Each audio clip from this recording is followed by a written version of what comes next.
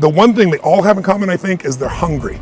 And I know that sounds simplistic, but I believe that's the single most important element that separates the quality of people's lives. It's not just the ability to have hunger, but to sustain it. Hunger means that you want more. You want more of yourself. You want to make a bigger difference. You want to be a better parent. You want to do something more than there is today, and that you don't get satisfied. Most people start out with hunger at an early stage of life and they lose it. But the people that come to me are hungry either because something's happened, they've had a birthday with a 0 on it, they've gone through a divorce, they're starting a business and they know I've got to have a different level, or they're the best in the world and they're always looking for that edge that makes the difference. I think everybody is born with hunger. Like, there's the desire to grow, to expand, to learn, and then disappointment sets in early in life for most people. And then we look to blame something outside of ourselves. And there are many events in our lives that can affect us all. We've all had pain and challenges. But I think if you can find within yourself the part of you that wants to constantly give something more than yourself, if you can find a mission larger than yourself, then you're more pulled to do something than trying to push yourself. And pull has much more power than push. I always say motive does matter. That if your motive is to serve something greater, there is an energy that comes up inside of you. So I feed 2 million people a year because somebody fed my family when I was 11 years old, and now this year we're feeding 4 million. I want to do more in that area. And every business I'm in, that drive just doesn't go away. The capacity to strengthen and increase your hunger is the one common denominator amongst the most successful people.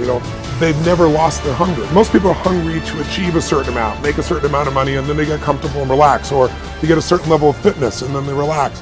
But Richard is as driven today as when he was 16 years old starting. I mean, he's like on fire, and he's 65 years old. Warren Buffett is 85 years old. He's as driven today as when, he began the journey, right? I believe intelligence. I love people that are wickedly smart. And I work to be wickedly smart by educating and training myself and so forth, and training my brain. There's a lot of intelligent people who can't fight their way out of a paper bag, right?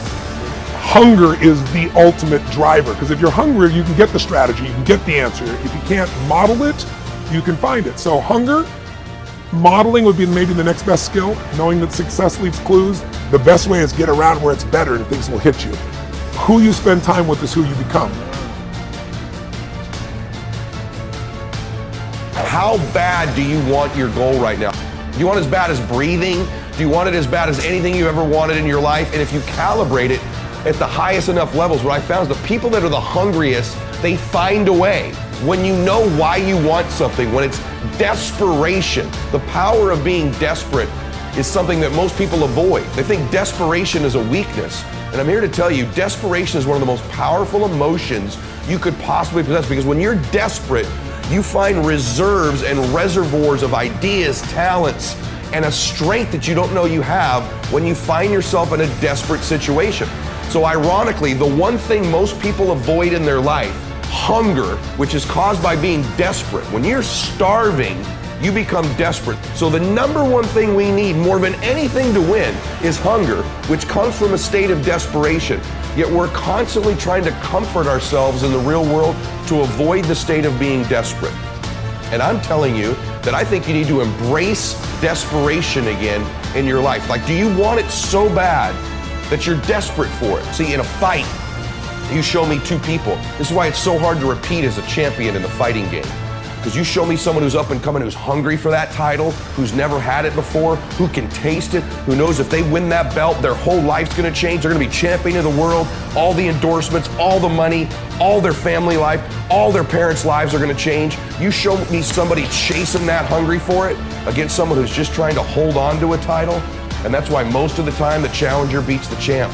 It's hard to repeat as a champion because the hunger goes down just a little bit. The greatest athletes, the Kobes, the Bradys, the Jordans of sports, have a way of feeding their hunger all the time and increasing it. What separates them isn't just their work ethic, isn't just their talent, although those things matter, isn't just they practice more. What separates them is they're just hungrier. They somehow find a way as they climb up the ranks and win championship to get even hungrier for more, where 99% of the athletes lose just a little bit of their edge once they get that first championship, that first pro contract, that first big amount of money, that first world championship. They just lose their hunger a little bit. And then there's the elite. They get hungrier. It feeds the beast.